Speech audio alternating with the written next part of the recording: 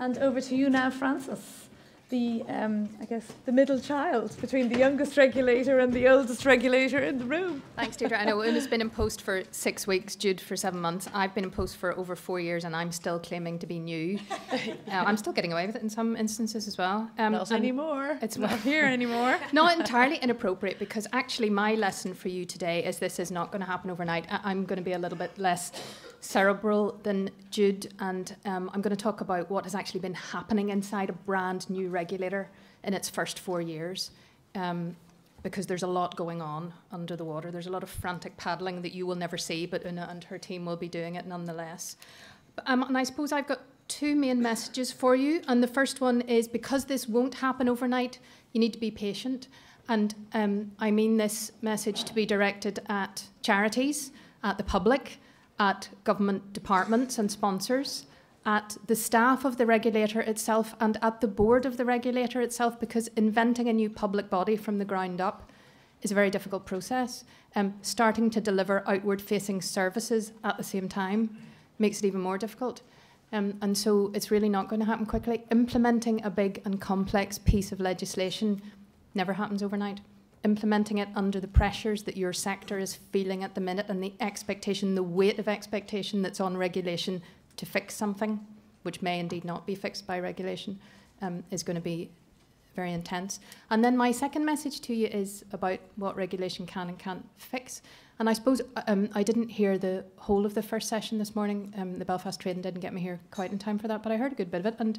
And it occurred to me that transparency and information are not the same thing. Charities need to bear this in mind when they're trying to tell their story to the public. You could give them too much information, you could give them the wrong information, you could give them information that's utterly meaningless in terms of them trying to judge your impacts. A regulator could ask you, and the temptation is to ask you for everything you've got. What that's going to tell the regulator, and via the regulator what it's subsequently going to tell the public, is a whole other set of questions, and that's something that we're currently grappling with in Northern Ireland. So I think it's very important to bear in mind that accountability and transparency are not the same thing as information. It's not a volume thing. It's how you tell your story, and it's what information you choose to share in what way. So it certainly didn't happen overnight for us. And just briefly, I mean, there was regulation in place, and as Una said, charities have never been short of regulators, but in terms of actual charity law, our sponsor department, and my colleague Roy McGivern is here from the department, they send a minder wherever I go. The sponsor department had responsibility for regulating charities to an extent prior to us coming into being. We started off, as Una is doing, with a small secretariat drawn from the department, but I was the first permanent member of staff. So we are an independent organisation, and I was employed by the independent board, and that's quite important. Because a regulator is making legally independent decisions. Yes, you're responsible for public money, and yes, you're an accountable public body, but the actual legal decision making is the responsibility of that organisation and its board, and that's quite important maybe for public trust. And so we had a little bit of a glitch with our legislation, and we didn't get registering right at the start as we had hoped, and so a very complex piece of legislation designed to have a register at its heart started without a register at its heart, and a lot of legal workarounds with our tax authorities, Her Majesty's Revenue and Customs, and a deeming provision which deemed all of those informations that had the equivalent of the CHY number to be charities and for us to have jurisdiction over them. We then started to try and verify that list, which is what Una and her team are about to start doing. And we found that about a third of them were long gone, didn't exist anymore, dead. We had no idea, just not coming back to us at all. So even that, which sounds like a relatively straightforward piece of work, is massively labour intensive, because you're talking about thousands of organisations and you're just sometimes met with a wall of silence. Or if you get back the no longer at this address, where do you go then? So we started with that scenario. We then got the problem with the legislation fixed, and it was around the public benefit requirement. We produced statutory guidance to spell out what we mean by the public benefit requirement, and this has been a theme of how we have tried to establish ourselves as much guidance as possible. Oscar does it, the Charity Commission in England and Wales does it. We will never have the resources. There are about 28 of us at the minute, and somewhere between 7 and 10 or 12,000 charities. We can't talk to everyone individually and give them guidance, even though we also have a statutory remit to provide advice and guidance. We say, talk to the website. So providing guidance that's as effective and is consulted on and discussed with the sector before it's finalised, but providing guidance that gives as much information to as many organisations as possible is the best we can do. It's going to be the best Una can do. My guess is you're not going to be able to phone Una up on a Monday morning and say, can you tell us what to do about this? There are thousands of you. So you've got to start with the expectation that you're not going to get that personal hand-holding. We certainly have never been able to do it, and we probably will never be able to do it with the resources that are available in the public sector everywhere at the minute. So we started a test phase of registering the first charities last year, having already brought in our enforcement powers because there was a long backlog of people with complaints about charities who'd felt they'd never had anywhere to go. So we got that piece of work up and running before we even had the register. But the register is now up and running. We've registered almost 60 organisations since we began that just immediately before Christmas. And what we're working on now is the next stage, which is implementation of a monitoring programme. What format will the accounts be in? What information do we need to collect? And this is a head-melting exercise because while good charities are already doing most of the things that monitoring will require, we can't pretend that it's not an extra piece of work, that it's not an extra step and an extra hurdle for charities to go through. It's a perfectly proper one because in return for charitable status, there must be transparency and accountability to the public. But we're not trying to create extra work. We're not trying to slaughter the sector, which is already struggling under a burden of regulation of differing sizes and differing organisations. And so it's been an interesting conversation. And in our consultation paper, we set out not just what information do we want, but what do we think we'll be doing with it? Because we think that's very important, and we think it's important to challenge the regulator on that. What are you going to do with it? They do this all the time in England and Wales. They drop questions off because they say, actually, we've been asking you about that for 3 years and we've never once looked at what you told us. So it's not telling us anything, so we won't ask you anymore. So this will be an ongoing dialogue between you and the regulator, and it will never be perfect, but it will change as the needs and requirements of the public change for certain kinds of information. And as the regulator responds to different kinds of risks, it will be asking you different kinds of things. We're constantly then struggling with things like staff recruitment, getting an office. We didn't have a bank account when I first started. Una's going to be doing all of this as well as trying to start regulating you. So in the early years, there is a vast amount of work that has to go into being accountable to you as the taxpayers in running a public body, as well as to you as charities in being your regulator. So all of that's happening simultaneously. And there is always a pressure to introduce everything all at once. And the public get confused about the bits of the Act that are in force, or who used to have responsibility for something and who has it now. And all of that is a vast communications job. So just very briefly, our challenge, before I get the subtle bell ringing, I really like this as a very small hint that your time's running out. We started... Fire ahead. We started very, very small, and we'll probably remain very, very small. Nobody's awash with public sector cash that they're trying to give away anymore. And our colleagues in England, who had many more resources than us, have been vastly decreased. This is the way things are. So we knew that our big job was communications. We don't even know who all the charities in Northern Ireland are. We try to work through umbrella bodies, exactly like the Wheel.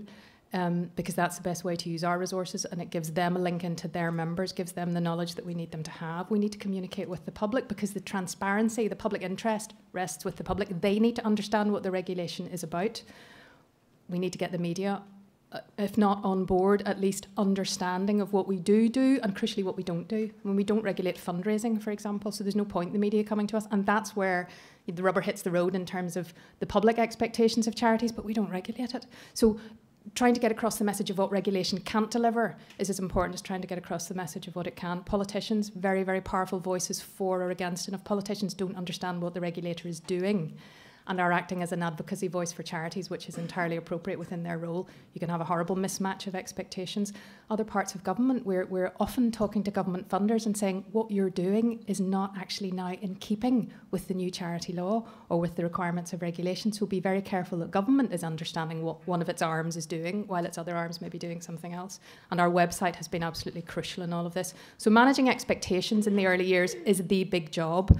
And there will be a backlog of issues just waiting for a door to knock on as soon as Una finds out what the address of the door is. If I were you, I wouldn't tell anyone for a while. So in terms of how we coped with the challenges, as I said, it's just impossible to deal with large numbers of organisations individually. It won't happen. So we've produced a range of detailed guidance. And as we get into this, we've produced toolkits. When we see what people are struggling with, We try to produce a toolkit to help them with that. And as we come across the next thing they're struggling with, we'll try to produce a toolkit to help them with that. Online systems are vital. You know, it's all very well to talk about the register.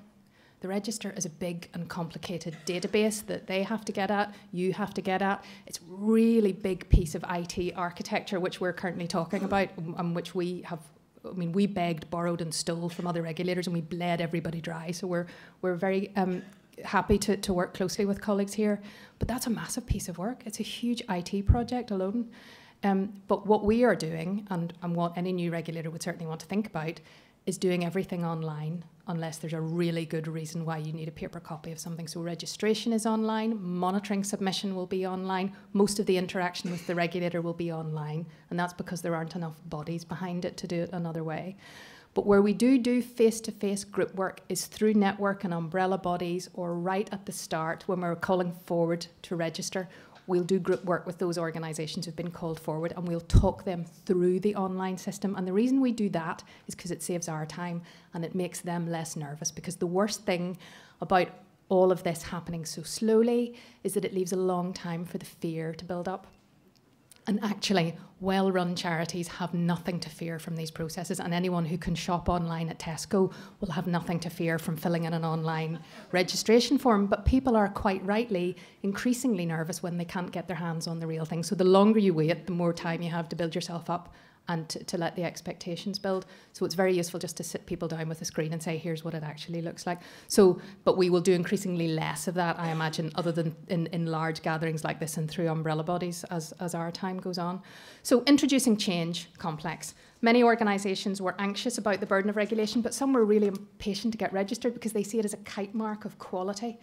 We've had a cultural change in how registration is viewed, because it was not compulsory before, but it is compulsory now. And it will be, people will be called forward on a rolling basis over a number of years. And it applies to all charities, and that's a big cultural change for us. So it will take years. We're getting we've had about 300 concerns about charities that have resulted in us opening concerns and investigations in the past few years. But I think that tells you more about the backlog of people waiting to be heard than it does about scandals or problems in the charity sector. Most of those are governance issues that are fairly easily resolved. It's also a learning curve for other statutory bodies and for funders, because they can start to make their requirements square with the regulation and make life easier for charities. As I've said, annual monitoring and reporting is the next phase of our work. So my messages are, it's a long, slow process. There is a lot going on behind the scenes that you won't see, but you need to know that it's going on. Establishing working and formal relationships for the regulator with other bodies is absolutely key. The police, audit bodies, the safeguarding authority, all kinds of the criminal justice system that interact with it. There's a vast amount of work to be done there when you're trying to slot in new regulation to the statutory system. You have to establish your credibility. And you're learning all the time, particularly when you've got a brand new piece of legislation. There's nobody to pick up the phone to really and ask, how did you do this last time? Because it hasn't really been done before. We're lucky in that our legislation is similar to England and Wales, but it's not the same, and it's never been done through the Northern Irish legal system. Last slide. So, what does this mean for charities? It's a new emphasis on governance and on the role of trustees. Now is the time to put your own houses in order, as you were discussing this morning. Don't wait for the regulator to ask you. You can go ahead and do it, and you'll be ready for when this all comes in. It means a fresh look at your governing documents. We have endorsed the Code of Good Governance, the Northern Irish version of your governance code, and that's been hugely helpful. It will probably mean a change in your practices, such as accounting and auditing, when the regulator signs up to the SORP. It's bound to bring in an unfamiliar concept of public benefit, which will take a number of years for people to get comfortable with. It will increase the visibility of the work of charities in a good way, hopefully not in the bad way that it's possibly been increased here in previous months. People have somewhere to go with their anxieties and their problems, which again increases public trust that somebody is dealing with the bad apples. As I've said already, we don't regulate funding, and nobody quite understands that yet. Charities have needed to get used to dealing with us online, and I suspect you'll be in the same scenario. And the final learning point for us is we're not the only regulator on the scene, and we've been doing a great deal of work to try and reduce the multiple burdens on charities, but again, that's an ongoing project. So thank you.